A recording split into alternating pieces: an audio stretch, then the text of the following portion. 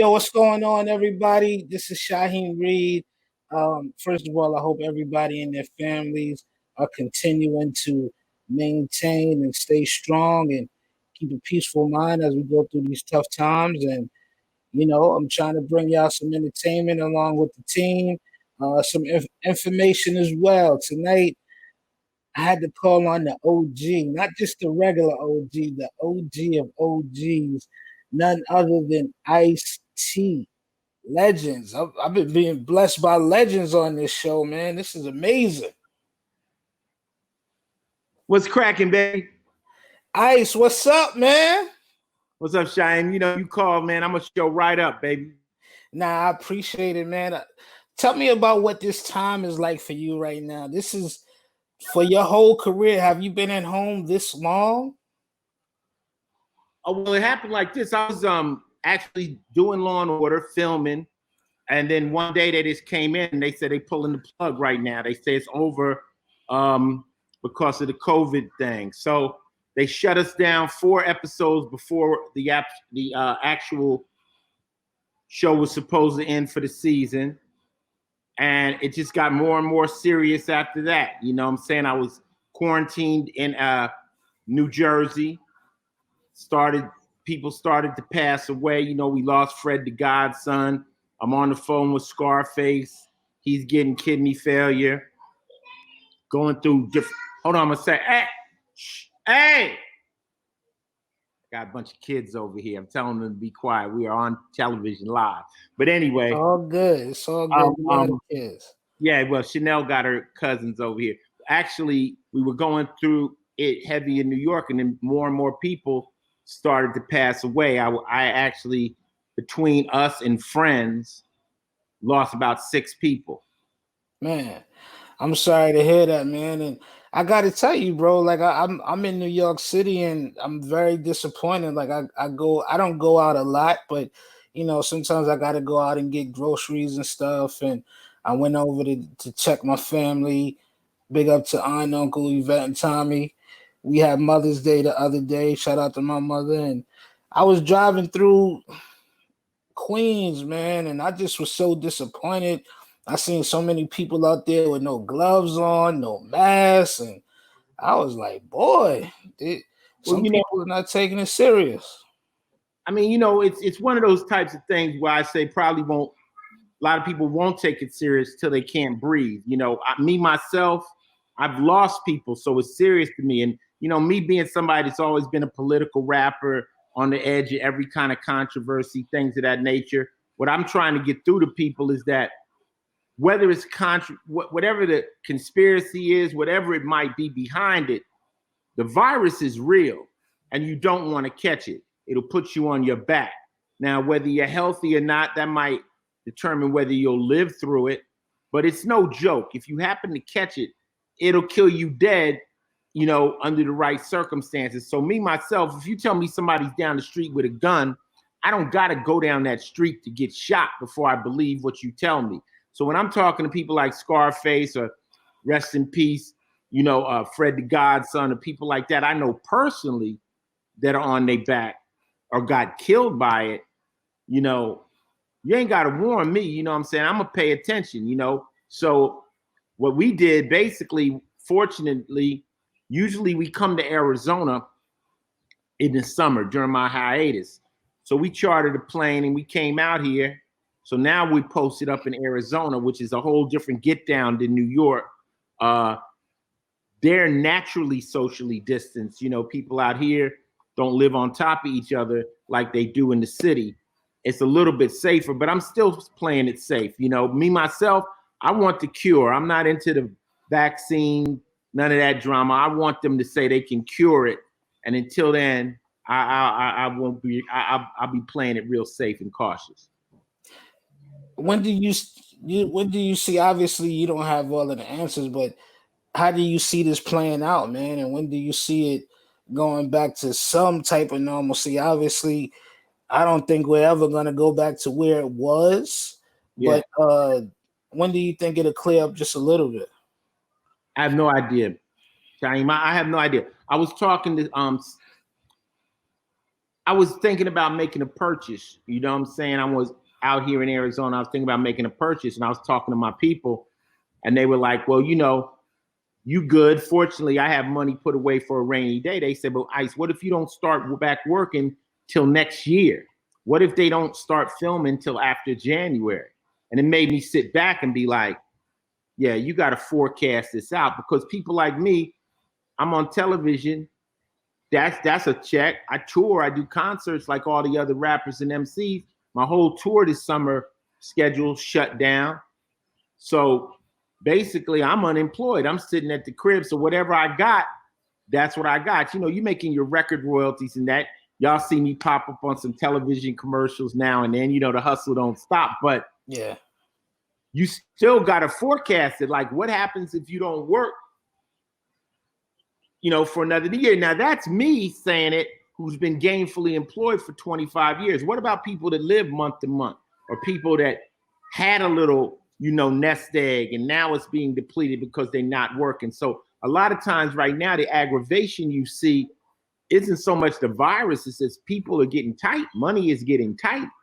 Yeah. And I don't ever try to talk like, oh, well, I'm on another level. I totally understand it. I used to be homeless, you know, so I know when money gets tight, stress levels rise, you know?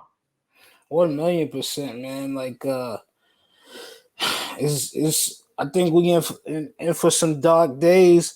How do you feel about the leadership that we have in this country? Like, you know, a lot of people would just, rightfully so, I believe, getting Well, on Trump previous, but go ahead. Trump's crazy. I mean, you know what I'm saying? That he's a wild man. He'll say whatever it takes to make people happy at any given time. I don't really know what leadership can do right now at this moment.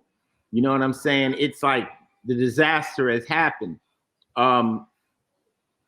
It's wild. You know, I don't trust politics, period. You know, I'm the guy, you know, as far as I'm concerned, the right wing and the left wing are on the same bird. You dig? It's all government. It's all bullshit. It's all lies. I mean, yeah, sure, we should have been prepared for this. Yeah, sure, we should have acted sooner, you know. But we already know our president is out of his mind. He's just going to say he's wild. I mean, that's the only word I could use for dude. He's just wild. Like, he might say some crazy shit any moment, like, you know, try some antiseptics, drink some bleach. And I was just joking, you know, I was just saying that to see what, you know, what the fuck, you know? So I don't really even need to put dude into the equation. I'm just saying, in your household with your own family, that's your government. And how you control that and how you deal with this is going to pretty much be on you. It's really hard. I mean, I'm not into posting the blame on people. I mean, this is just something that's going on right now. I'm just trying to take care of my household. Yeah, man. How is it, you know, spending time with the family? I had a good time, man. Ice is the ultimate host. Over the summer, I had a chance to come and chill with you for a little bit. We had some nice drinks, and we heard some of the music that you was putting out at the time. And of course we saw the family, man. How is it spending, you know, all of this amount of time with them nonstop? It's good for me, man, because I hustler. I'm a real live hustler. Like I say, usually if I'm not getting money, I feel I get physically sick. You know, I'm like so driven, but now being forced to stop. Yeah, it's wonderful to be able to have time with my daughter, play a lot of video games, just kind of refocus and figure out what I really want to do. Sometimes you just got to stop. Unfortunately, for most of us, that's when you go to jail. But stop for a minute and make your moves more precise. Figure out what you want to do with your life. You know, I've been in the gym trying to get my motors up. When I come up out of quarantine, I'm gonna look like 50 Cent. I'm gonna be swole. So I'm trying to make this time work for me. You know, just not sit around and feel like I'm slipping backwards. That's what I'm doing. You gotta do it. You gotta be productive. It took a while for me to get used to not doing nothing. It took a while. It took about 3 weeks of frustration, you know, but I got to stay safe. That's the first thing. What good is it if I go out? I knew by talking to Scarface, I did not want to end up on my back. I knew that. I didn't want to get sick. So that had to become first priority. How is Face, man? Tell me about the conversations. I saw him on Willie D's Instagram, and he talked about it, and it was very grim, very bone chilling, very real. What was your conversation like? Same thing. You know, I the first time, you know, he went through it. You know, he told me he didn't want to be in the hospital. The hospital was the worst place, and you know, he said it attacked his kidneys, and now he's on dialysis. But this is like a good friend of mine, you know. So when people say it hit close to home, of course it did. And then one of my other best friends, Al P, he lives in Vegas. He came up positive, but it passed. I think a lot of us had some form of this virus because I was sick in February, really bad. And then Coco was sick really bad, you know? So I think this type of bug has been going around. It just affects some people more, you know, violently than others. But for people out there that just saying, oh, it's fake and it'll blow over. And, you know, I'm like, well, go work at the hospital, then go volunteer at the hospital. And, you know, since you can't catch it and you so smart, you know, I worry about people's families and this. And do I really want to get quarantined to where I can't be in the house with my daughter and my wife? You know what I'm saying? Really, you know, and I mean, let's look at it like this. It's been 2-3 months. You know, we can't sit down for a few months. Really? Are we that spoiled? You know, this is serious shit. So it'll blow over and we'll be talking about it in past tense, hopefully. We got a few questions. People on Twitch, I don't know what the numbers are like, but they sending questions coming in like crazy. Ask me a question. I'll give you the answer. You know I'll tell you the truth, Twitch. There we go. I'm gonna ask you a couple. How what?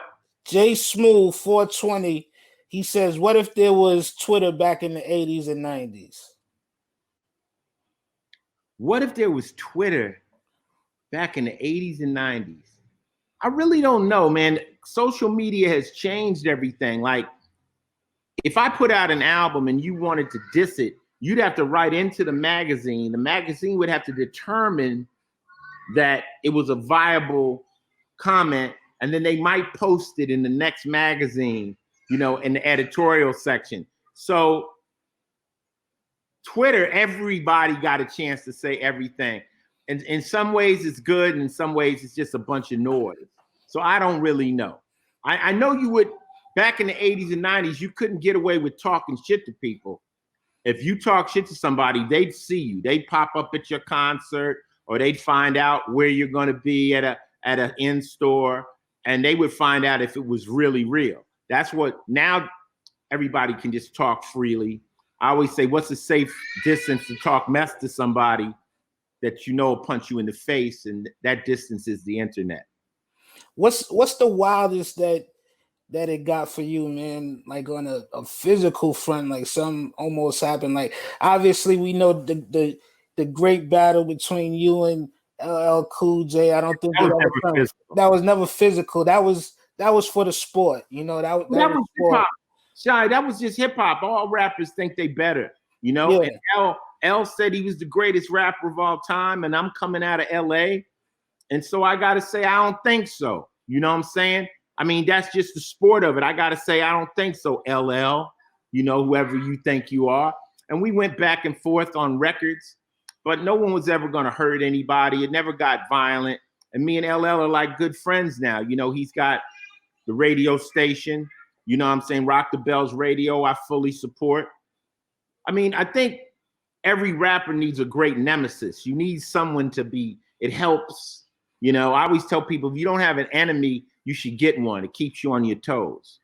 It does. You've been watching this Michael Jordan documentary, the Last Dance. You didn't see it yet? I don't want to burst my Michael Jordan bubble. You know, I saw some clips of it, but no, I haven't watched it.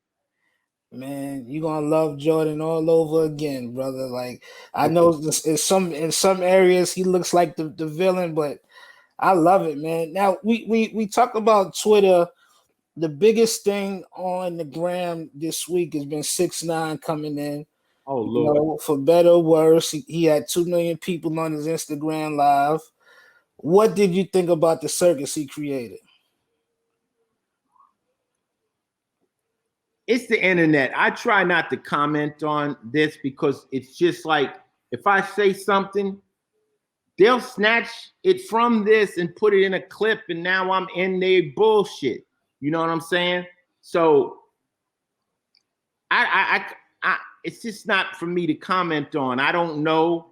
I didn't go on the live stream. I know about it. Everybody, you know, but a lot of it is just people are doing what it takes. This is how you become popular nowadays. You know, you make a lot of noise and stuff like that. And, you know, I don't, let me just say it like this. I don't really approve of a lot of behavior that's going on out there. Y'all know I'm from the street. So dude violated. He violated what we call the street code. That's really it to me, you know? And I don't fuck with people that fuck with people I don't fuck with. You know what I'm saying? So if you think it's okay, well, that's cool. But I can't really fuck with you because when you get in the game, you make a decision and you don't have to break the law ever. No one has to. So when you break it, you step into this game, this world. And hey, that's this one jacket I would never want connected to me. And you know, that's just not how I roll. So all the circus, I'm not attending that circus. Cool. Did I make myself clear without, you know, just Nah, you made yourself clear. I don't want to be part of it. But see, the problem is, Shy, motherfuckers will take what I said and now they'll edit it into some of their bull. Ice-T said this, and now I'm in it. Yeah. It's complicated not to comment on something you want to talk. I've talked about it many times in private, but right. my lesson about this media, like, if you don't want to get in the funk, don't step in some shit you can't get off your shoe. And all I need is little nigga coming at me, and it's all stupid to me. Yeah. Well, we got my man Black King of 3. He's always on here every week.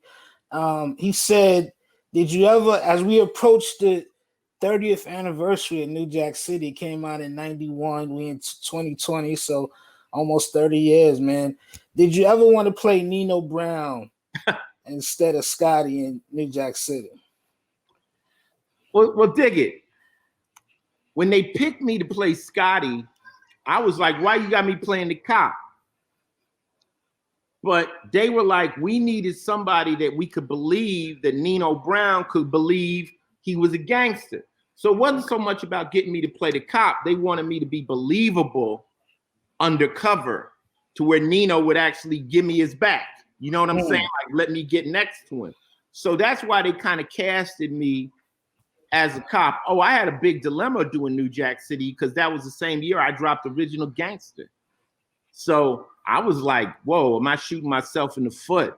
But fortunately, the movie was successful. So what I did do, New Jack Hustler, the song is called Nino's Theme. So as the rapper, from Ice-T's perspective, I rapped as Nino. I couldn't write from Scotty's perspective because I really don't know how the police think.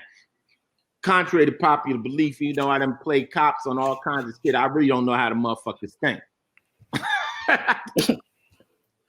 Man, did you, I mean, we approaching 30 years and people still love that movie like it just came out yesterday. New Jack that's my GOAT movie, you know, out of all of the, you know, and I'm not just saying that because you're on the show, but, you know, I love Menace. I watched Menace the other night.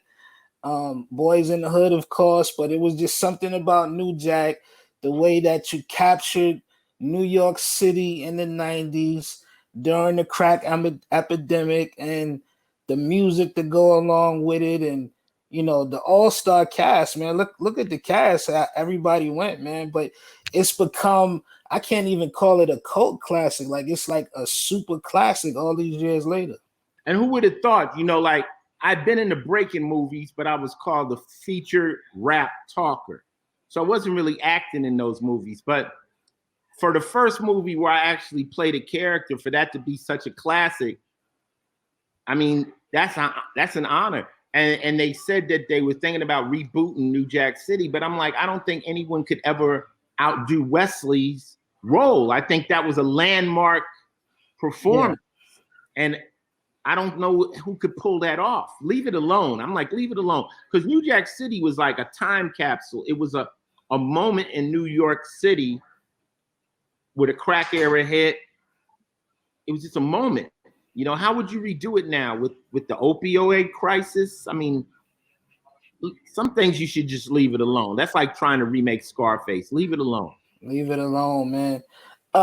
Tina Turnip, I believe. I'm sorry, baby. I want to know what it was like in the punk rock metal scenes for Ice-T in the 90s. Well, you know, Body Count. I created Body Count because when I would go to Europe with Public Enemy, the kids would mosh, which is like slam dance off of the hip hop, the fast, aggressive hip hop. And I wanted to make a band, so I created a band called Body Count with my homies from Crenshaw High School. And at first, I don't know if the punk or the rock community, they might have thought I was posing. They might have thought, oh, he's coming out here to bullshit. But once they realized that we could really play, we were just, they loved us. We got co-signed by all the big metal groups from Metallica to Slayer to Henry Rollins to all the top shelf groups.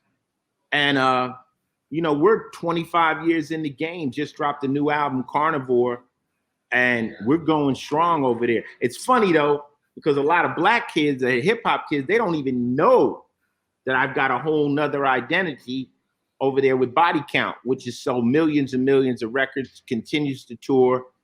We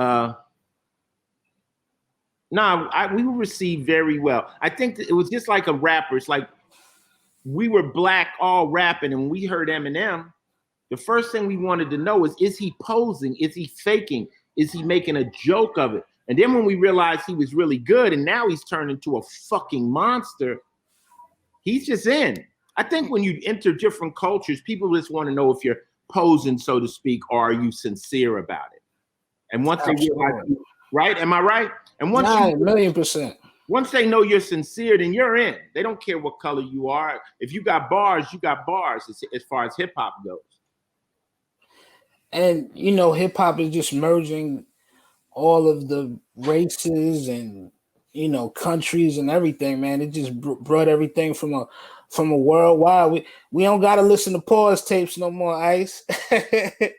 We ain't got to listen to that. It's on demand. I think hip hop was a good spirited music, you know, when it had 4 entry points. You could be a breaker, you could be a DJ, you could be a rapper, you could be a graffiti artist. Most rappers were something else. Like KRS-One was a graffiti artist. I was a dancer. Kool Keith was a dancer. Yeah. You know what I'm saying? Some people were DJs first. It was a culture that when it happened, you could get in. And with a little practice, you know, you start off whack. And with a little practice, you could get better and better. I never wanted to be anything other than a named rapper. Not the best, not the biggest, not the baddest. Just named amongst rappers. Buzzing. That was my goal. Period. Okay, we got one. Ari says, Ice-T, what do you think of the whole trap drama on Twitter? Oh, for those who don't know, there's but when I talk about it, we're giving them publicity. So let's not say their name no more. There's a pop rock band that was beefing with one of the guys that works with me on another band that collabed with us on called Power Trip. My boy. So they were talking mess. In the midst of him talking mess, he mentioned Body Count. And I stepped in and said, we'll keep talking. We'll bump into each other one day. Now, he took that as a threat. But that's how I feel. Like if somebody's on here saying my name, I'll bump into you. And then we'll readdress the conversation and see if you still feel that way or whatever. And then it'll progress from there. People can talk on the internet and say stuff. I'm like, that's well and good, but one day maybe I'll bump into you and we'll see, you know? And it just escalated. The next thing you know, the guy wanted to do a charity boxing fight and all kind of stupidity.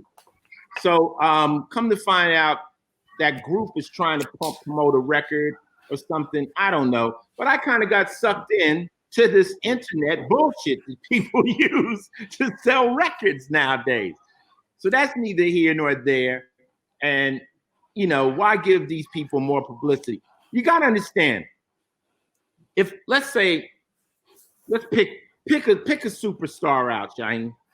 Okay, let's go with we're gonna go with Hov, Jay-Z. Jay-Z's got millions and millions and millions of fans. If I'm Joe Shit, just some rapper, and I go at Jay-Z, whether I can take Jay-Z out or not, if I make enough noise, Jay-Z's millions and millions and millions of fans know who I am. You've just made yourself, your name has now got the same amount of people from Jay-Z in one snap move. And the only thing Jay-Z has to do is reply to you. All he has to do is say, what? Say your rap name is Trap King, you know, or Killer Joe. And Killer Joe says this about Jay-Z. And Jay-Z says, and Joe, you ain't shit. Bow! Joe just became famous. Just like that. Now, for good or bad, he just became famous. That's why a lot of times when people do have a following, you shouldn't reply to people because you're falling into their trap. And like I said, I don't really want to reply to you on the internet. I'd rather bump into you. And that'll happen because this is a small world. Or you'll be someplace and somebody will be like in the studio with you like, yo, these motherfuckers is here. Ain't these niggas? They right here. They standing right in front of me. You know? So don't think, you know, like Bob D said, don't underestimate the reach. Man, Prodigy and Havoc, boy. I miss P a lot, man. Yeah, but you can't underestimate the reach. You know, you work with Busta Rhymes, you would bust every day. You don't understand. This is a network. People, you know, you think people, you can get touched. Oh yeah. And it's not even it's just a call. Or a text. Like, well, we don't do that in text messages, but you know how it is. So anyway, that was just some internet people trying to become famous off of other people's names. What they call it now, clout chasing. That they even gave it a name. Come on, man. Y'all gotta.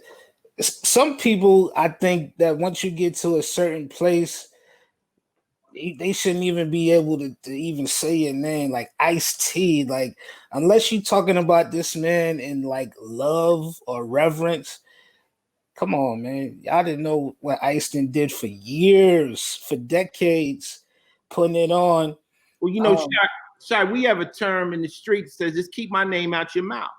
You know what I'm saying? Yeah. Like, I don't have to say Shaheen. If I got the nerve to open my mouth and say your name, that's some shit right there. You like, the nigga said my name. Like, say your shit, but keep my name out your mouth. Don't bring my name into your bullshit. You dig what I'm saying? But another thing is, though, nowadays, as I've matured and got into, you know, you just let a lot of shit go. You just got to let a lot of shit go. People will do you this, that. You can't really let anything get under your skin. You know, you can't let people bring you down to their level. You got to give out a lot of passes. So now, unless it's a direct threat, like unless somebody is really threatening me or, you know, really my family or my kids, it doesn't really matter to me because real dogs don't bark, they bite.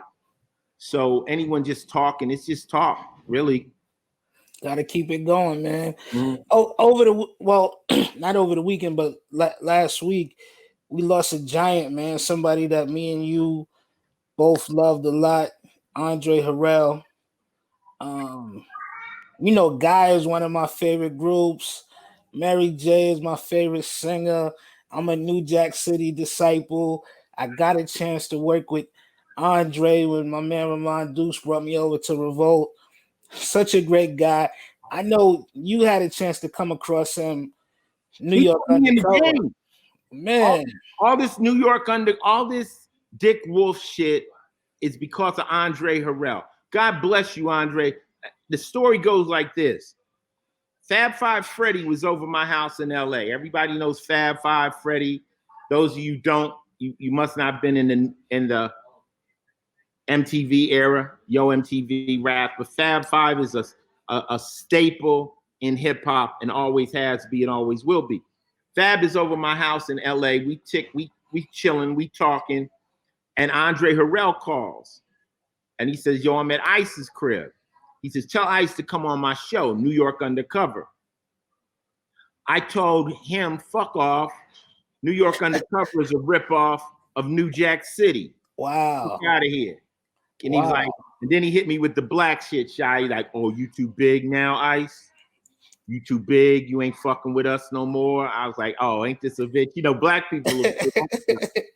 I was like, all right, my nigga, give me a bad guy role and I'll do the show. Give me a bad guy role. So they had this guy named Danny Up, who was a character on New York Undercover. I hated Danny too. Danny I think Up. That's your most despicable character. Right, and that was written for a white guy. And he was a methylcatherine dealer, a guy selling meth. And I did that show. After I did one episode, Dick Wolf was like, we don't want to kill you. And I ended up doing 2 more episodes where I shot Malik's wife and the baby. And that started my connection to Dick Wolf, where I did that. I did Swift Justice. Then I did Law and Order. And then I did Players, my own show, and ended up on SVU. So Andre Harrell was the seed to where I am today. And to find out that he passed unexpectedly, that broke my heart, man, because only certain people are pivotal in your life. And Andre definitely, I mean, come on, I'm still eating off of that one phone call that he connected me with the Wolf Entertainment world. So, yeah, it's a rough one. Man, we got another guest coming. We got Taheem Bryan. Y'all got this movie coming out. That's absolutely brilliant. I just got to ask a couple more questions before we get to Taheem. Before we leave off Andre, man, can you just talk about the impact that he's had just on Black culture and Black music? I met Andre Harrell when he was in a rap group. He was Dr. Jekyll and Mr. Hyde, him and Alonzo. And I met them in New York. I mean, in LA, they were rappers. Next thing you know, I'm at Warner Brothers, and he's over there with Uptown. That's where Puffy got put on at Uptown. So I'm watching Andre make all these crazy moves, like really one of the first executives, like a rapper that turned into an executive. Him, Russell, of course, Puffy rolled in. Always top shelf respect. Like when I met him, I was balling. I jumped out of a Porsche. I had on jewelry, all street money. And then he was confused why I wanted to rap. He was like, why the fuck do you want to rap? Like, niggas ain't getting money like this. But I knew that my days were numbered in low digits. That street life is temporary, So but every time I would see him, no matter what level he was, whether he was running this or that, he was like, eyes, woo, woo, woo. First LA hustler I ever met. Like he always would just give me that full respect. Not like, oh, I'm Andre Harrell now and no, it was always love. And he was always making power moves, like Revolt. That's a power move because a lot of these doors people think they're impossible to pass until somebody passes them. Right. And even Puffy been passing doors. 50 Cent is now doing it. And I tell people, like, you got to understand, when 50 gets a show on network television, that helps you. That helps you, writer. That helps you, producer. That helps you, actor. It makes it it makes it easier for the next person. So Andre broke down so many barriers. He's always was a top shelf guy. Never became an asshole. Never got on that shit, that bullshit. And he'll be sincerely missed. I mean, it's somebody that now the cats will just walk through the door and they'll think that door was always open, but it wasn't. Somebody had to open that door, and Andre, he did it. I mean, and you know, we got to give props to you too, Ice, man. Like, for you to be on, I call it the biggest show in the world, because I don't care if you go to 5 people's house and one day you're gonna see your show SVU on at least 2 to 3 of those 5 people's houses at any given time, man. And for you to be doing it, what is the season 22? Yeah, we're about to start season 22. We're the longest running show in television history. Dig this. I'm the longest running actor on a continuous show in television history. Only person that got me is Mariska, but she's an actress. But as far as actor, I'm the longest running actor in history on one continuous show. I mean, come on, man. How the fuck did that happen? That's trailblazer. I mean, when you look at some of the great shows that we done had, comedies, like, you know, you look at Sherman Hemsley, who was a genius, and you know, of course, Will Smith, Martin Lawrence, and you know, all of these great guys that we've had in comedies as well as dramas, man. For you to represent not just the hip hop community, but Black culture, and just do it in such a positive way, man. Like, what is that like to break that record?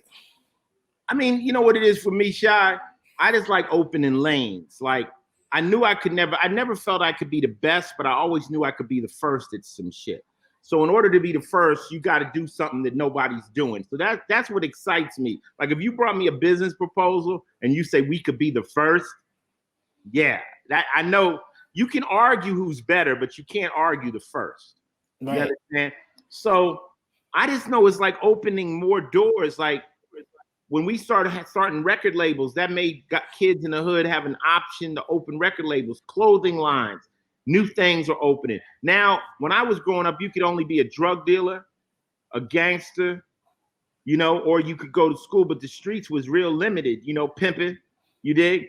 Now, those same kids, like, man, I mean, I could be a rapper. Maybe I could be a producer. Maybe I could be an actor. Maybe I could write books. Maybe I can own a clothing line. Maybe I could do this. Maybe I could do that. Maybe I could be on the internet and host a show. You feel me? Now there's so many more options and lanes. That's a beautiful thing. And that's all birthed from hip hop. And that just the hip hop mentality, which says, let us out the ghetto, we'll try anything. Man, I'll pick up that motherfucking camera and shoot this show. You know, like, if we put our brain, like I would tell cats out the street, if you take the same initiative you do to run a trap house, to hold down a block, to control the organization and keep it in tune, you could run any Fortune 500 company. It's the same dynamic. All that. And Jay-Z has proven that. Master P has proven that. 50 has proven. A lot of us have been able to pull this off. You know, I'm not putting myself with them because they're more executives. I've always leaned toward the artist thing, but same mentality. Brilliant, man. And you got this film that's coming out, you and your partner Taheem Bryan. It's called Equal Standard. We're gonna bring them on, but it just goes right into the heart of some of these problems that we're facing today. When you see it, you're gonna yell at the screen, you're gonna get angry, it's gonna inspire you, and you're gonna learn from it. Let's go to the trailer right now, and then we're gonna bring in the movie's writer, producer, everything. Not many of us left. I just stopped by to see my daughter. No Another young black male dead in his 20s due to the lack of training in the cop. They come in our community, they kill our young black men, and they walk out without a scratch? Fucking finish your life right now, motherfucker. We have to blame ourselves too sometimes. What you talking about? Them white cops are scared too. Lawsuits for the next couple models. Especially with all this shit going on, these police keep killing us out here in these streets like this. Police! I'm a cop. You got a badge. Let you talk to people like that. Step back! Step the fuck back! What are you gonna do about this motherfucking nigger cop that shot my son? Your eyes open. Not everybody's in favor of the turnout.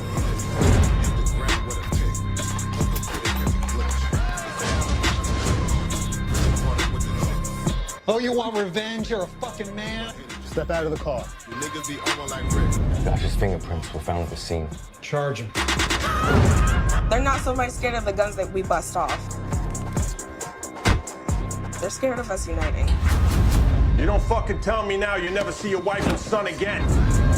One thing I can say that speaks volumes to young people and cops is that we can come together.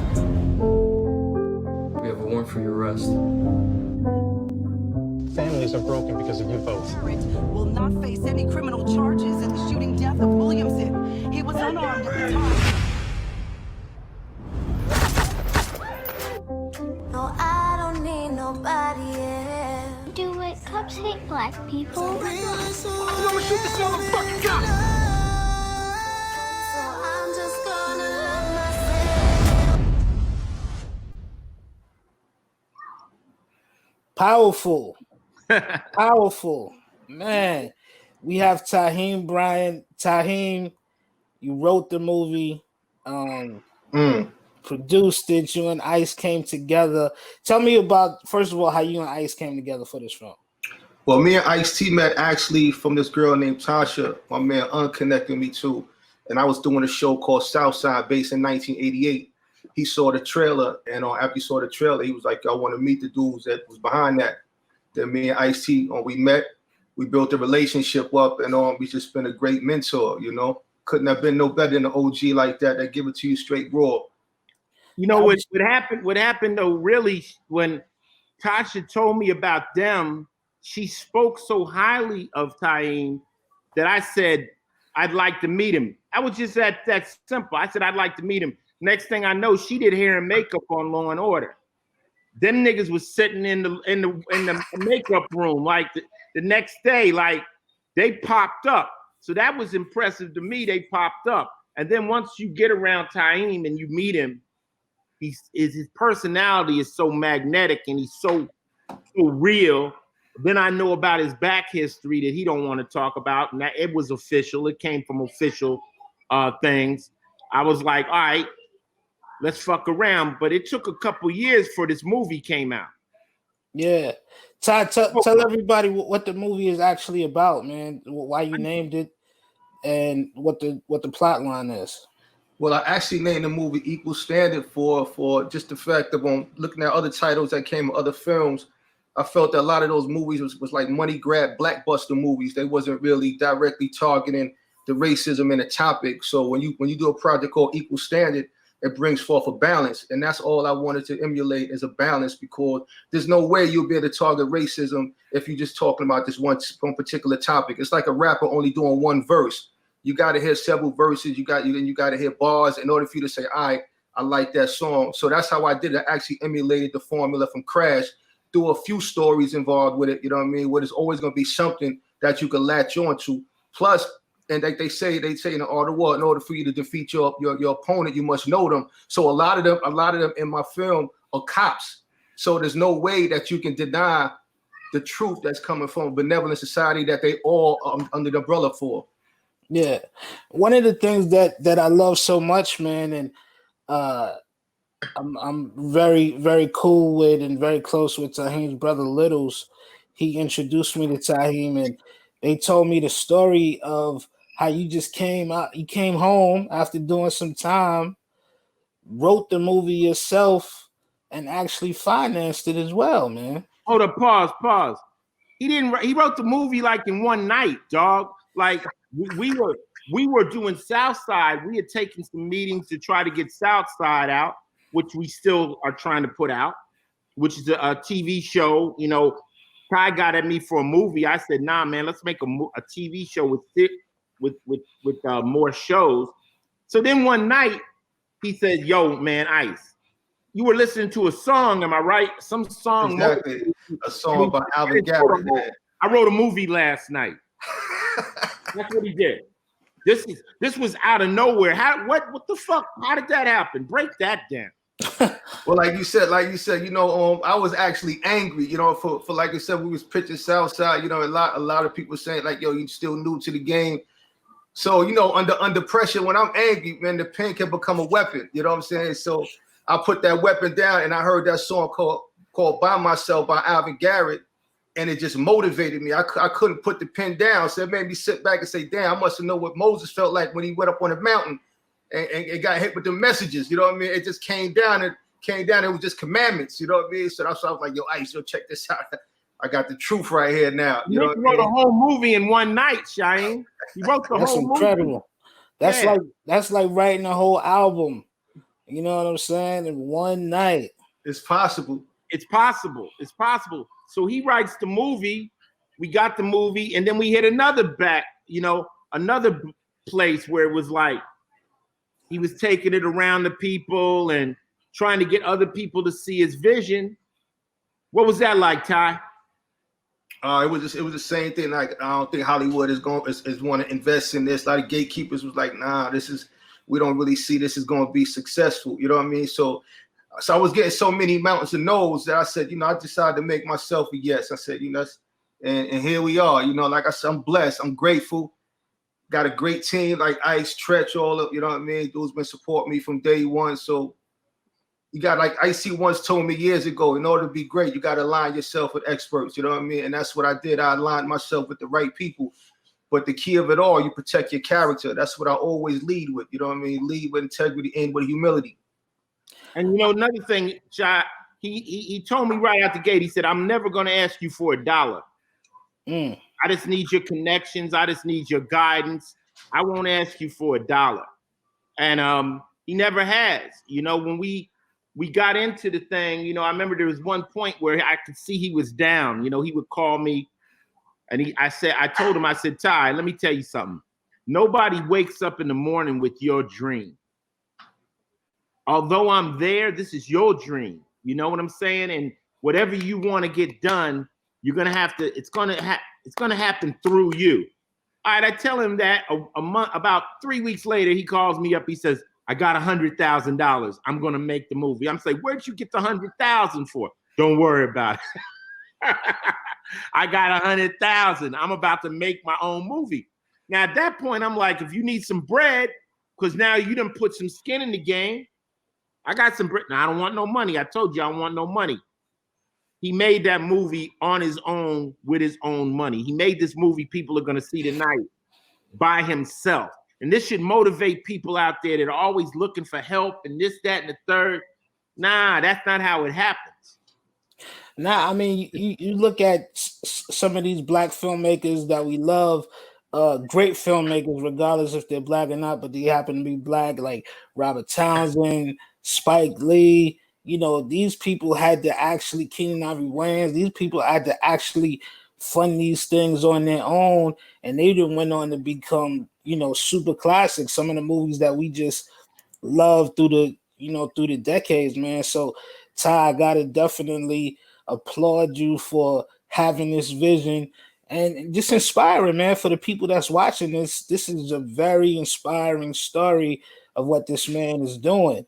I want to just get both of y'all take on just where we're at right now in the black community as far as black people and police relations are going.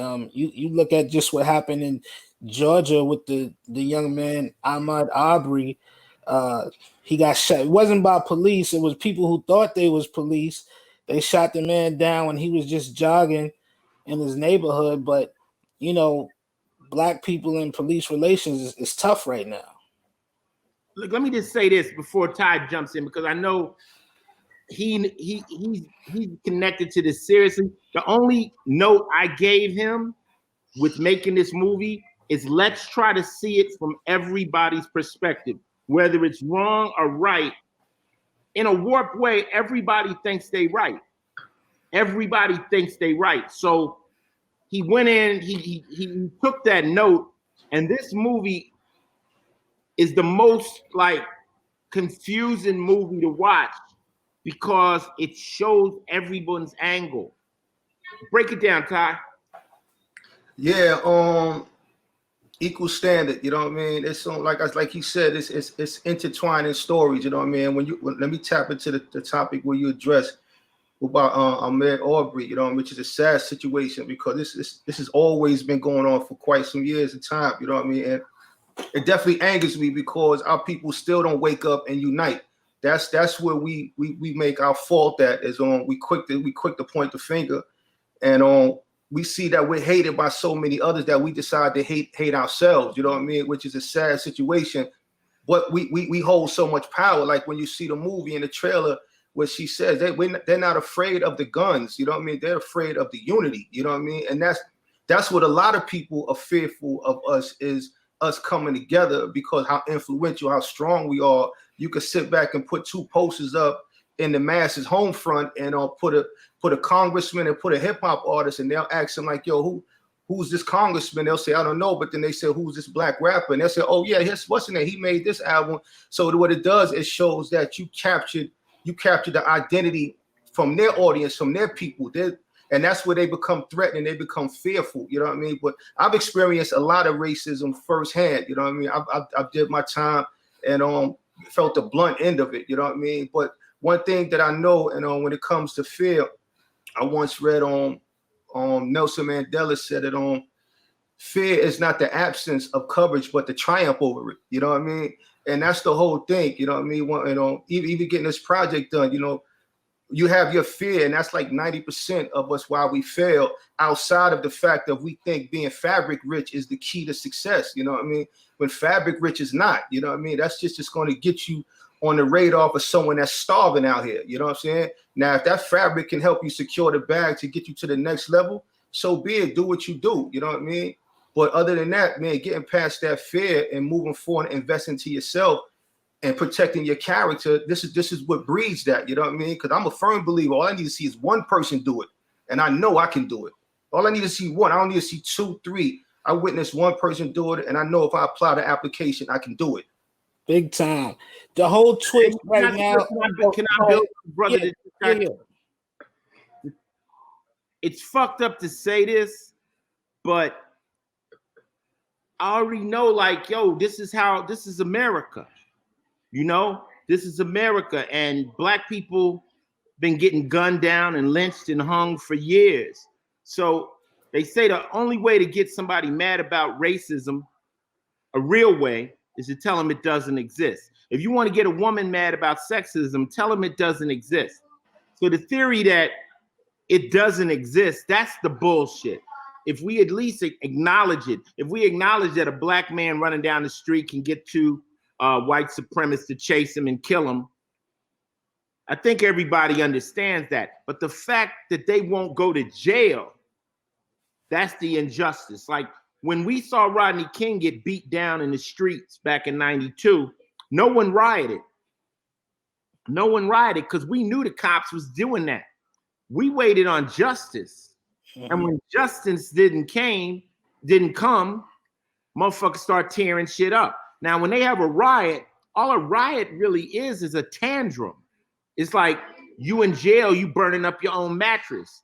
You're not taking off on the enemy, but you letting motherfuckers know, I am mad, motherfucker. I am mad. So when we were in LA back in '92 and we didn't see any of those cops go to jail, we were like, they didn't break any law? Are you telling me my cousin's in jail for some misdemeanor, but you telling me these motherfuckers did not break any law? Who we saw? Yeah.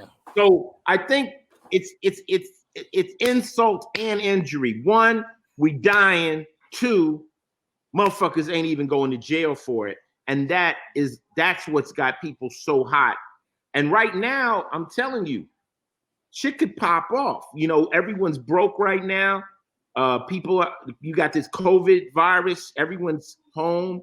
People, you know, I said it only. I told it's funny. I said, yo, it only took like 2 months for white people to turn into niggas. You know what I'm saying? They out in the streets, you know, wilding because they feeling oppression from the government. Now they feeling it and they wilding, they out there tripping. So anything could happen at any moment.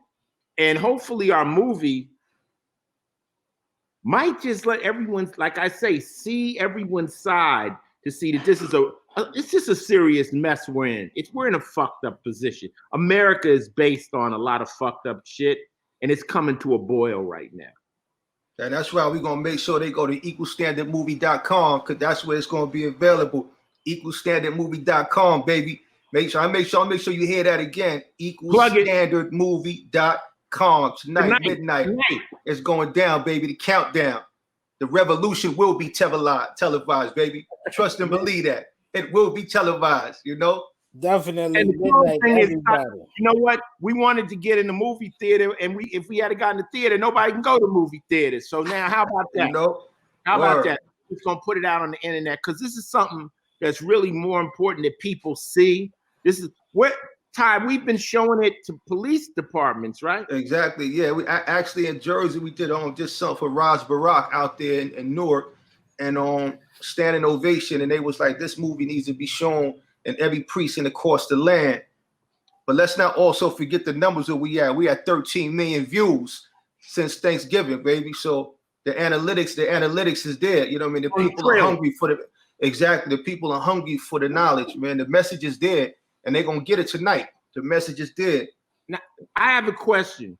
It's gonna show tonight, but what if people don't catch it tonight? Where else can they? It's still it's a limited release, so you got a little bit of time to go out there and rent it.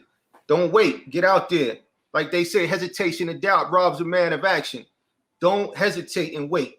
So tonight, when it comes up, are they renting it or are they getting the same? Correct. They're renting it.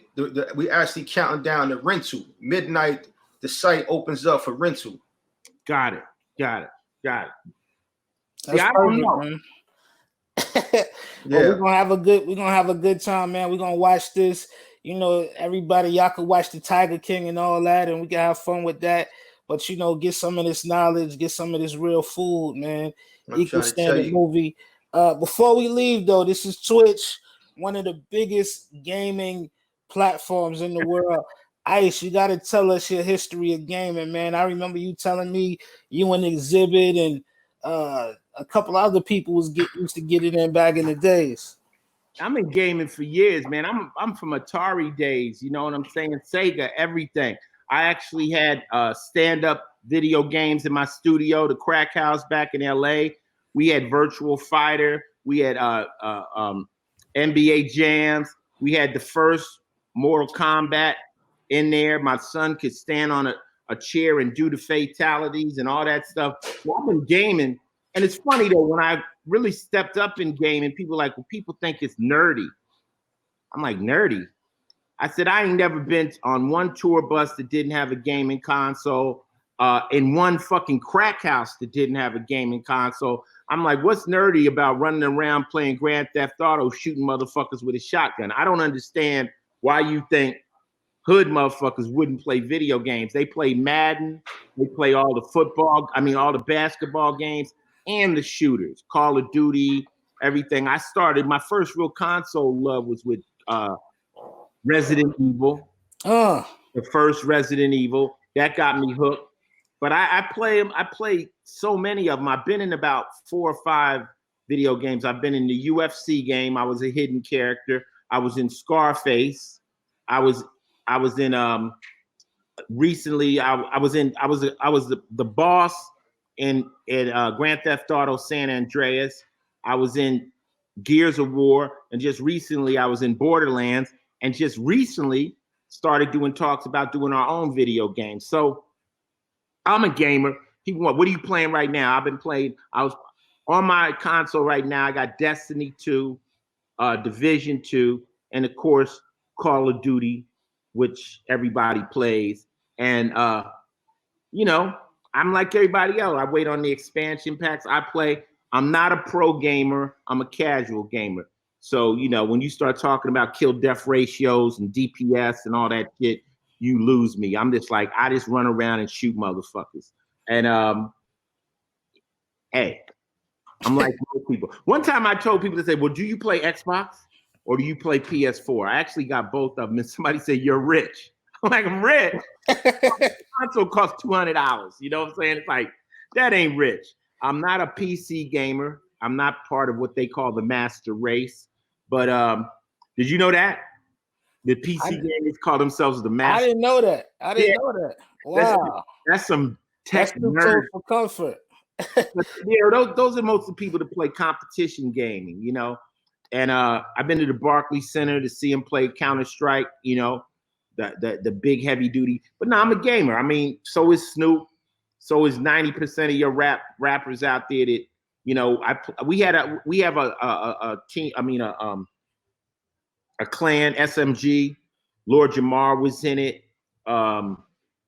Exhibit, a lot of people, you know, but we haven't been playing together in a while, so I'm just out there running and gunning. Anybody that's looking for me on Xbox, I'm Lord187X.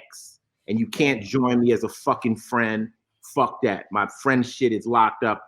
Just know if I lay you the fuck down, that's what happened. There you go. What's your Mount Rushmore games, the top 4? The Mount Rushmore. No tops. No top. You've been asking me my top rap, this, top that. Fuck that. I guess, well, let's go. Top 4. Grand Theft Auto. Okay. The franchise. Gotta be Resident Evil, because that's what got me hooked. One of the hardest games out. Me and my brother Ari staying up 1 o'clock in the morning, scared as hell playing that game. Right. Resident Evil. Call of Duty.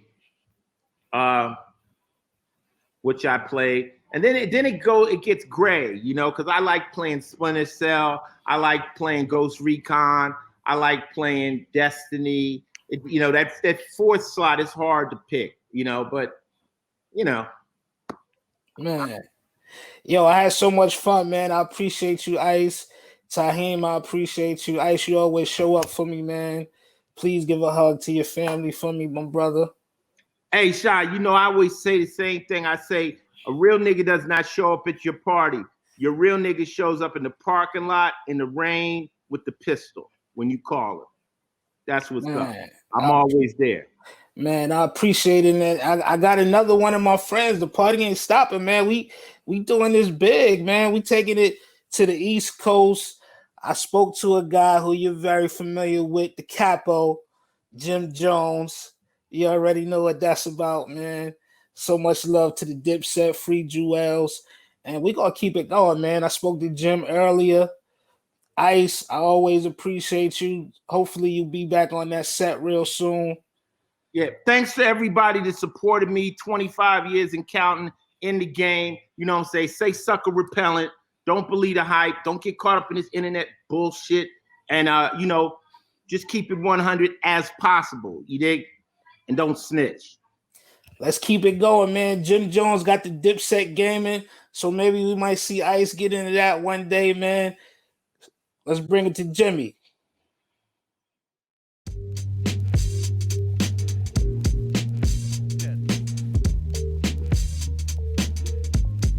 Yo, what's going on, everybody? This is Shaheem Reed. Welcome to the walkthrough. Every week we do it.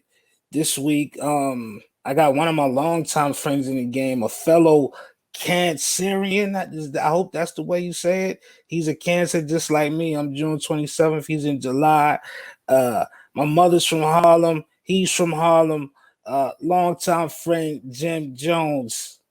Capo. Hey, what's up, my brother? How are you feeling? Always good to see you, man. Always good. Technology is crazy. It just said on my computer that I was backstage. That's wild. Yeah, man. We switching it up. New thing right there. I see your little workout got you with a little minor injury or something. Well, I was playing basketball a couple years ago and fella like 6'10" landed on my shoulder and kind of tore my shit up, and I don't think I did the proper things as far as rehabilitation in the beginning. So, you know, I'm just trying to push forward. Then you be working out too. So did that add on to it? Did it add on to the? It definitely adds on to, you know, but it's cool. I get around it. I mean, you know, that's why I work out, so I can stay in shape, stay strong. I try to work out the proper way so I don't further injure myself. But you know, yeah. Nah, man, we just getting better. You already know that. So Jim, we didn't been together on MTV, Revolt TV. We did stuff live, and now we on Twitch, which is real big in the gaming world. I know your son was putting you up on a lot of the new action, and now we have Dipset Gaming. Yeah, Dipset Gaming. I'm a Dipset gamer. I'm Jim the Gamer. How you like this world, man? I mean, shit, it's easy. It adds to the revenue streams. I mean, it's a dope lane. I mean, just knowing how profitable video games has been throughout the years, and watching like people like Rockstar Game make billions of dollars off of these video games. You know, you always be a little bit curious about how to get to that bag, and seeing how dope my son was at and how invested in with video games he was. It made sense once we had the opportunity to do it. By no means am I going to say like I'm a top gamer and I know all the ins and outs. I don't, but you know, it was an opportunity for me to learn and an opportunity for my son to get involved because he's pretty abreast when it comes to gaming and computers and consoles, and you know what I mean. So it was an opportunity for both of us, along with the whole Dipset business and Cam, and just another whole revenue stream that probably could do a whole different type of number that we probably wasn't thinking about. At any time you get a chance to get some new business, is always good.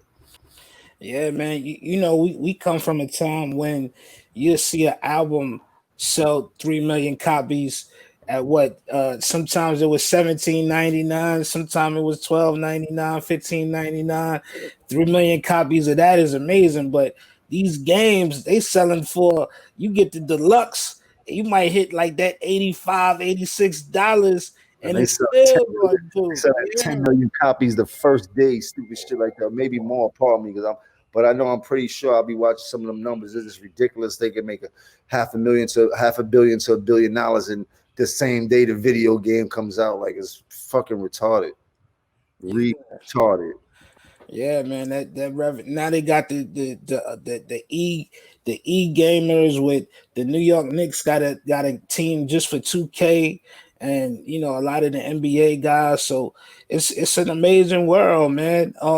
But I want to go back with you a little bit, man. I want to go back. Some of the people that's watching this, they might not even remember the arcades. Now the arcades, if you see the movie Juice, that's what Tupac and them was in there, and still they was on them games in there. But Jim, tell me about your life in the arcades back in the day. Oh no, I love the good arcade, man. Definitely.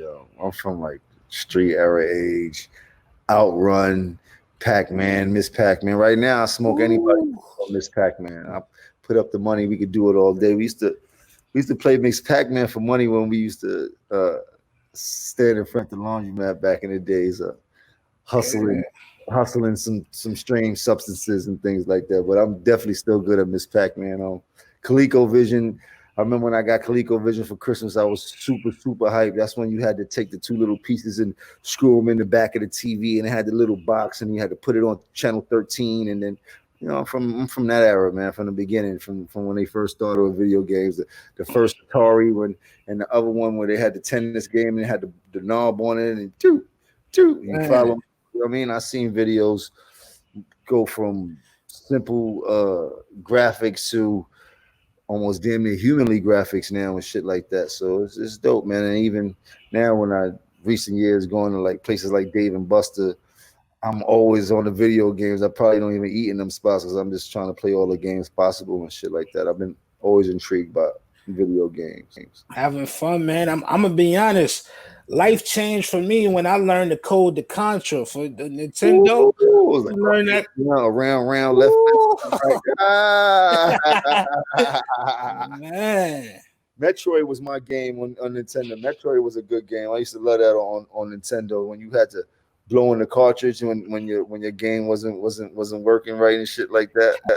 Yeah, they don't know how good they have it, man. Like before, it was no like saving games. You had to stay there and like really beat the game. Like you couldn't, leave. And Sometimes we leave the game on all night just so that it won't cut off and won't cut off the board that you was on and things like that. Like when Mario Brothers was top notch, you had to beat Mario Brothers. Yeah, beating the game back in the day was serious shit. Remember when Zelda first hit? I guess there's so many games we could talk about. Oh my god, man! Now, what was your soundtrack like when I played the games, but I also like to have a little music in the background too back then, man. What was your soundtrack for playing some of these games? Oh no! When I was younger, I don't think I really had a soundtrack. I just, rap always been a soundtrack in the background and things like that in the household, especially when my grandmother went to work. But when I was younger, I just was more or less into the video games than I was into the music. I'm gonna tell you one of my favorite Jim Jones memories, man. We on South Beach for the Source Awards. We out there for the Source Awards in 05. I'm walking, it's a million people out there. The Source Awards, that's when everybody used to converge in Miami, and everybody from hip hop was there, man. So I'm just walking and I'm coming out of the Walgreens getting the water or something, and I just see my man Jim, just no shirt on, got the crew with him, and you got like a little portable video player with you. You like, yo, come watch this video shot. I'm like, what you got? What you got? And you play me the Summer of Miami, John. I said, oh man, this is gone.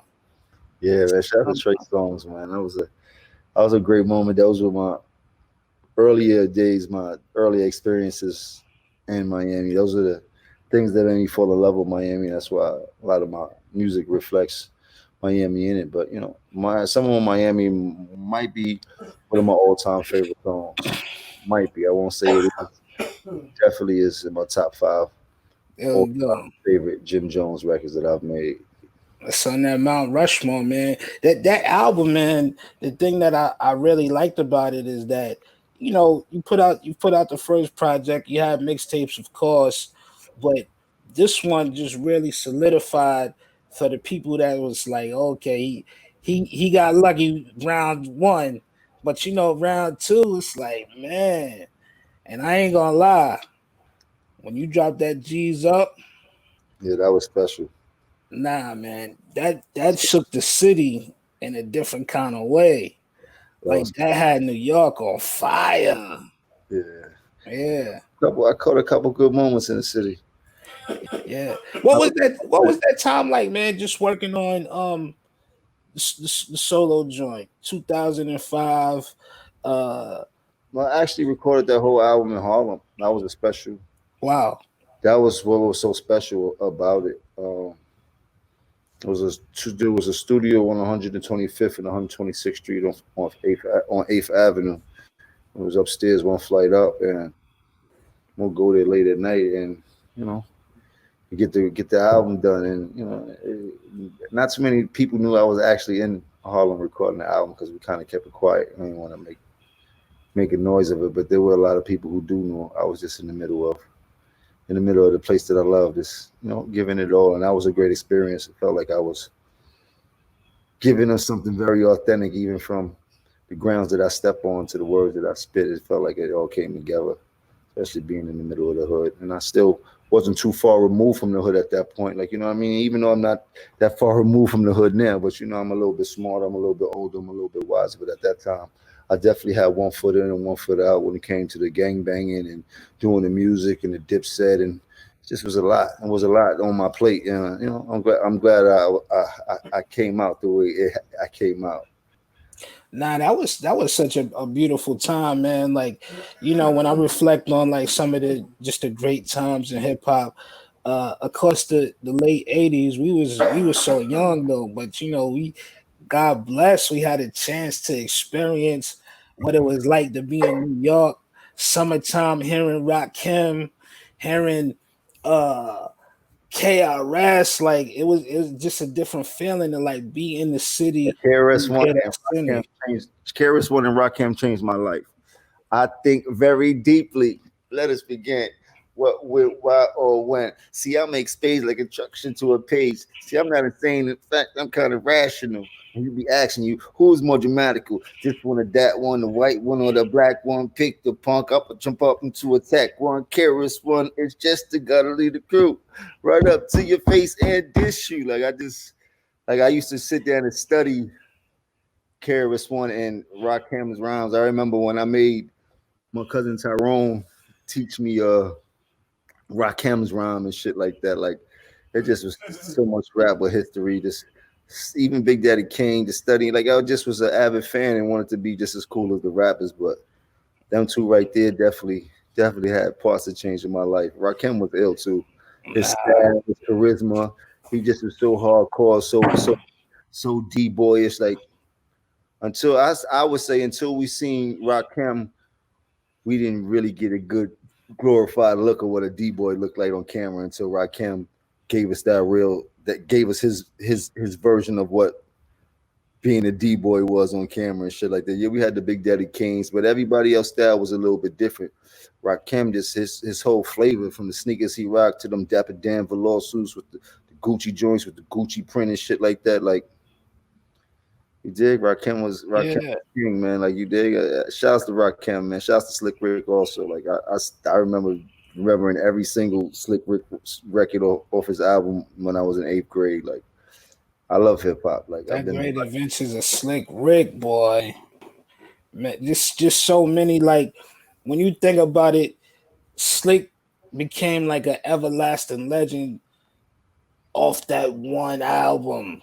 It was that one album, like it was just so special, like word for word, like everything about it, every record, like in and out. Like I just knew everything about it. Like MC Ricky D, man, like that's my guy. My God, my guy.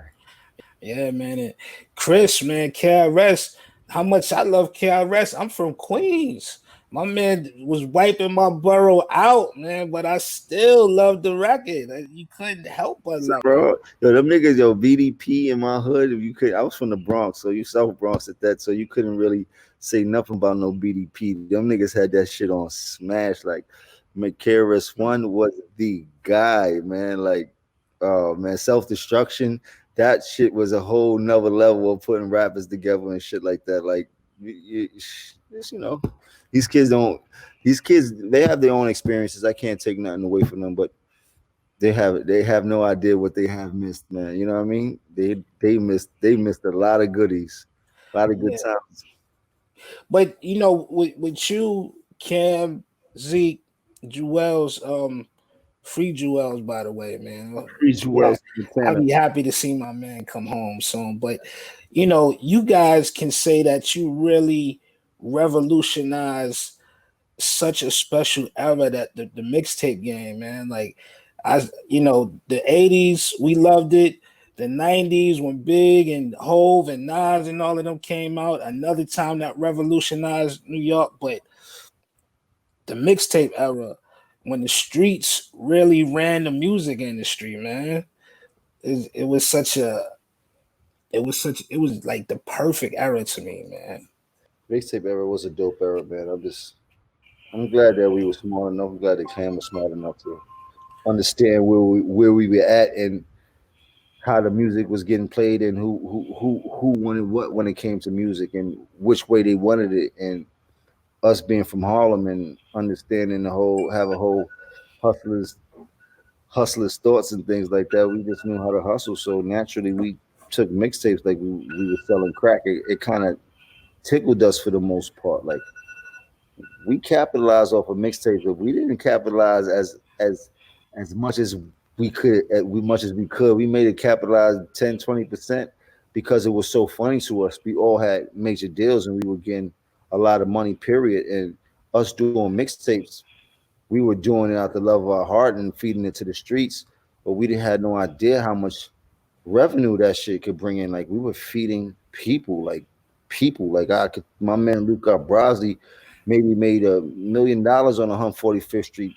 literally off of the few mixtapes that we dropped during that Diplomat era. Like I've seen them make over 100,000 cash off a Diplomat, off a mixtape that drops, with making numerous trips down the Canal Street to re-up 1,000 CDs at a time, and he's selling them shits on the hill for $10 like they real albums and shit like that. Like this is not a game. Like this is, and you know, it's serious. the mixtape shit was a whole, but it put music on a whole different level. It had people looking at music different. You know what I mean? Like mixtapes gave you a different side of an artist, and it seemed like that was the side that the people were more intrigued by the most, was when the artist gave the mixtapes, and we were just lucky enough to be ahead of the cusp when it came to that. You know what I mean? Us in G Unit, I give them their props. They were right behind us when it came to doing mixtapes, but I think I was sunk in a bit more because we were so closely rooted to the streets. When I'm a big fan. I don't know if you've been able to watch it. This Michael Jordan Saved the Last Dance documentary where they talk about the Bulls dynasty and whatnot, man. And I really look at the teams that was out there like dynasties, man. I look at the Dipset dynasty. I look at the G Unit, even Locks with D Block. They was coming. Jada and all of them, Styles and Sheik, they was coming crazy too. Was y'all looking at it like that? Was y'all looking at it like this the playoffs, and you might hear a D Block tape, and then y'all go in and do that volume 3 Dipset? Yeah, it's definitely that type of competitive spirit when it comes to the music. It comes to teams within the music. You know what I mean? Like we really take it as a championship. Like we really take it as that. Like you got a concert tonight, and there's 5 other artists on that concert. Don't matter if you go first or if you go last. You trying to step out there with give it your best because you want to say you killed the spot. That's like winning the game for the night, and that's our attitude, man. From being the freshest to getting the most screams, like it's a hell of a competitive sport. You know what I mean? And we take our team as that, the same way Michael Jordan takes his team. And you know what I mean? We got key players that we depend on to put on the game when that shot is on the line. You know what I mean? So it's very similar to sports, the competition in sports when it comes to rap music. What was it like for y'all when the culmination of just all the success coming from the streets, you get the call from Hot 97 and say, Dipset, y'all gotta go on last at Summer Jam. The first time y'all did it. Okay, I was never a fan of going on last at Summer Jam. No. Huh?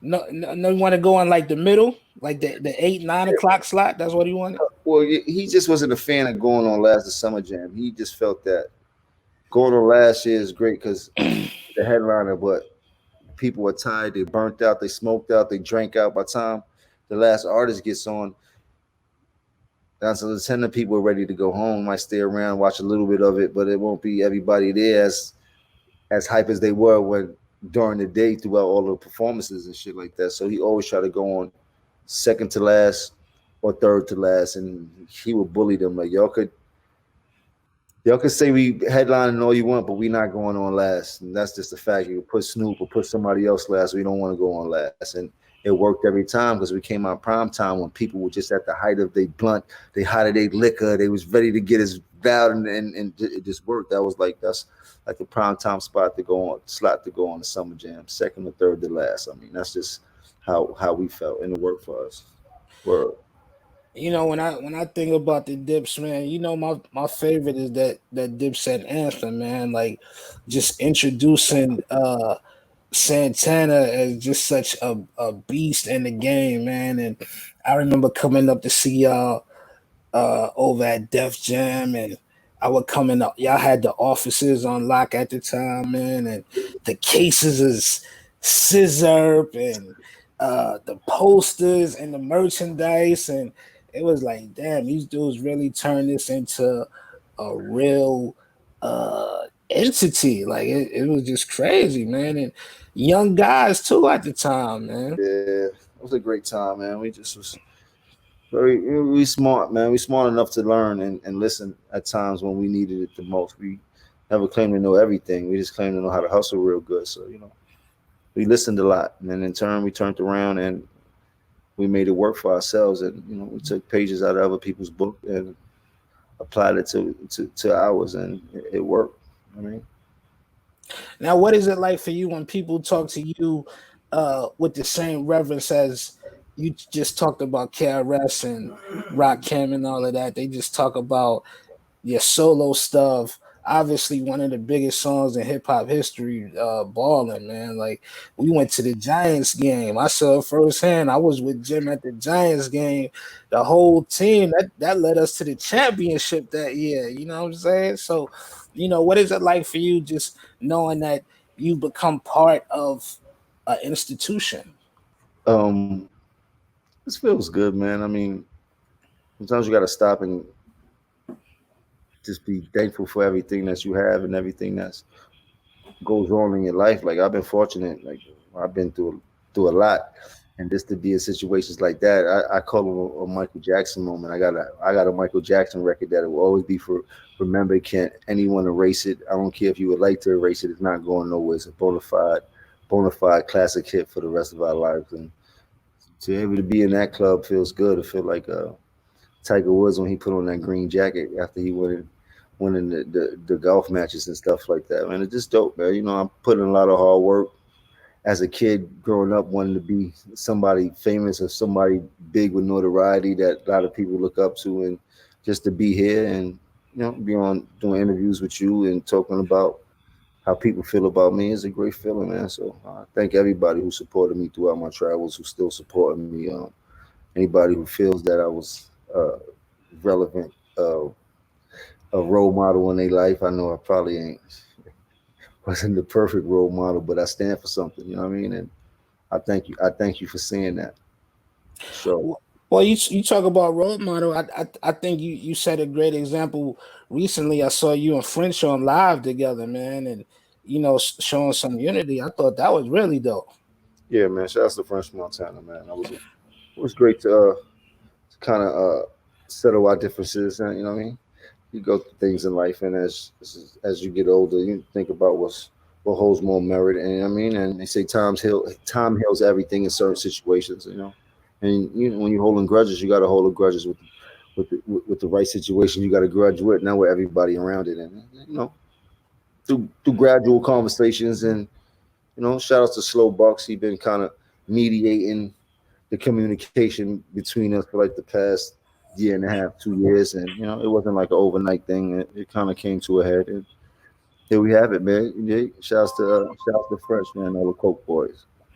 And y'all got some music coming out together. Yeah, we actually recorded a record.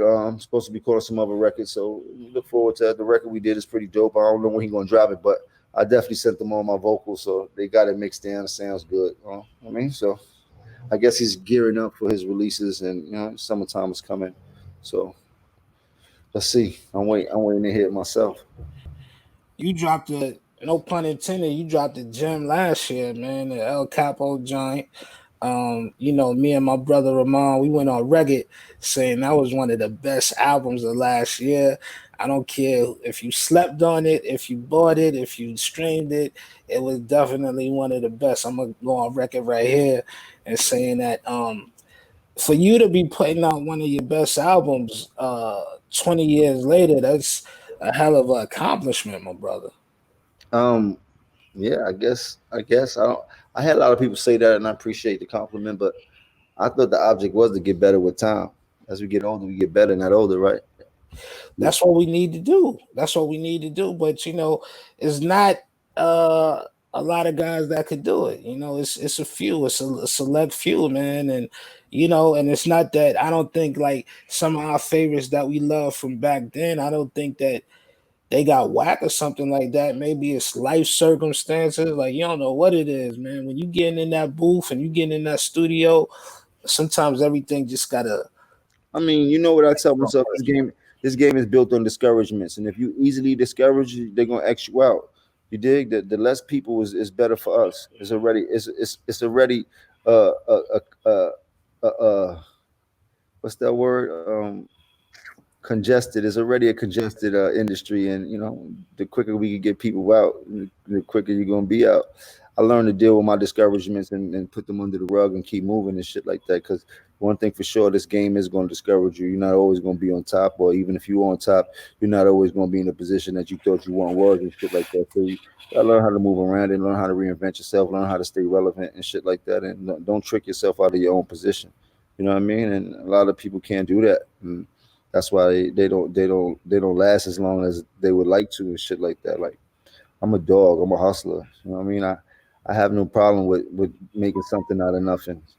You know what I mean? Like, I wasn't given anything. I had to make and take. You working on a new project with Guru, young Guru?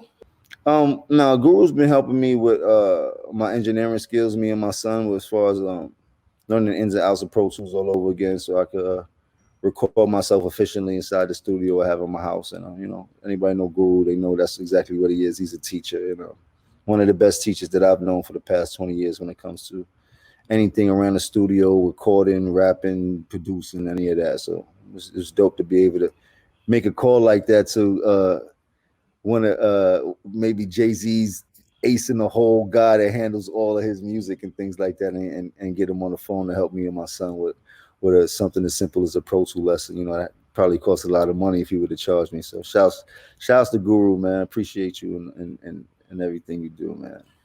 We gonna get that product this year, some new gym. Yeah, now we definitely gonna get some new gym. I'm 100% been working. I got a shitload of records. Shitload of records. I got a shitload of records now from just recording in the house and shit like that. So now I got to start figuring out what I'm gonna do with them. But I definitely want to do a couple of projects within the next couple months.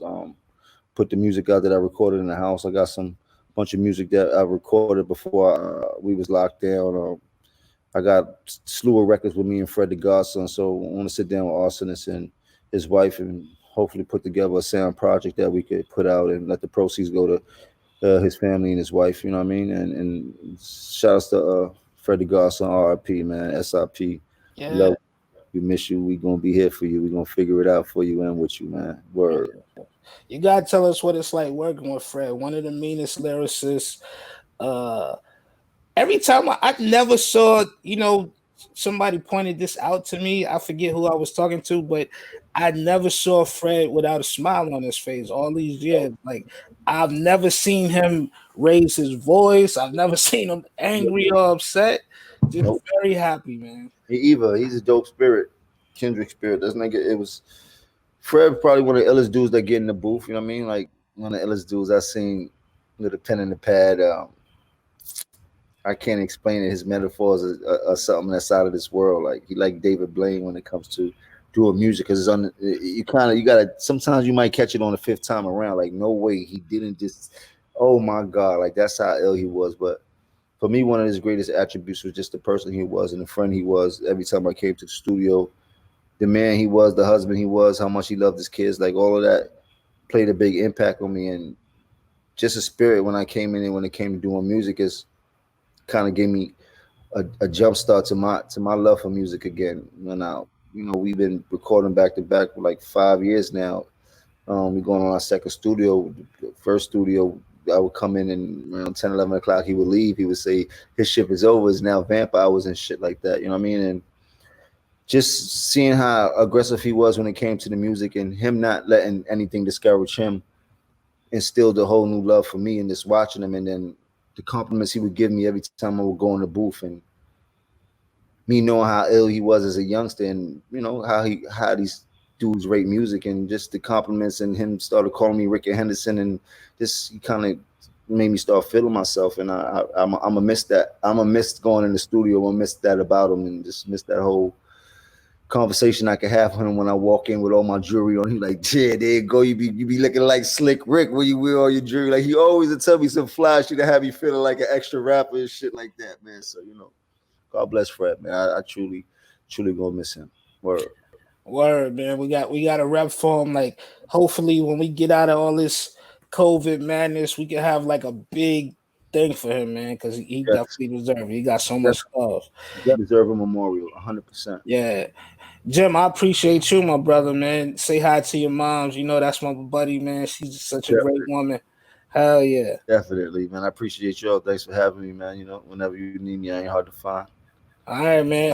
Whoever want to smoke with him and Miss Pac, man, Put it up. Come to the table with something. Put it up. Any rapper, actor, don't matter the age, the circumstance. If you want this Miss Pac-Man smoke, holla at me or holla at Shaheem. He know how to get with me. They gonna set it up. My brother. Have a good one, bro. Enjoy.